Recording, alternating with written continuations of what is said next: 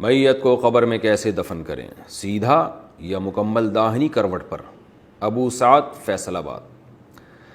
ابو سعد صاحب، اللہ تعالیٰ آپ کو زندگی دے، آپ کی عمر میں برکت دے، اور میں یہ تو نہیں کہوں گا آپ کو میت ہونے سے بچائے، وہ تو سب نے مرنا ہے، لیکن بہرحال اللہ آپ کی عمر میں برکت دے۔ میت کو جب دفن کیا جائے گا تو مکمل دائیں کروٹ پہ قبلے کی طرف، یعنی میت کا سینہ قبلے کی طرف ہو، کیونکہ ہمیں قبلہ رخ دفنانے کا حکم ہے، اور رخ کا مطلب ہوتا ہے پورا کسی کو گھما دینا، رخ چہرہ پھیر لینے کو نہیں کہتے۔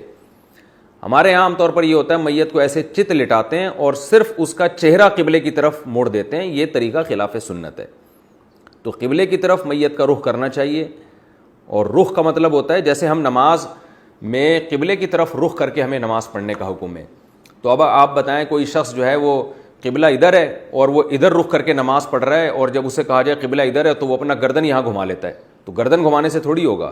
تو سینے کا رخ جہاں ہوتا ہے وہاں انسان کا رخ سمجھا جاتا ہے۔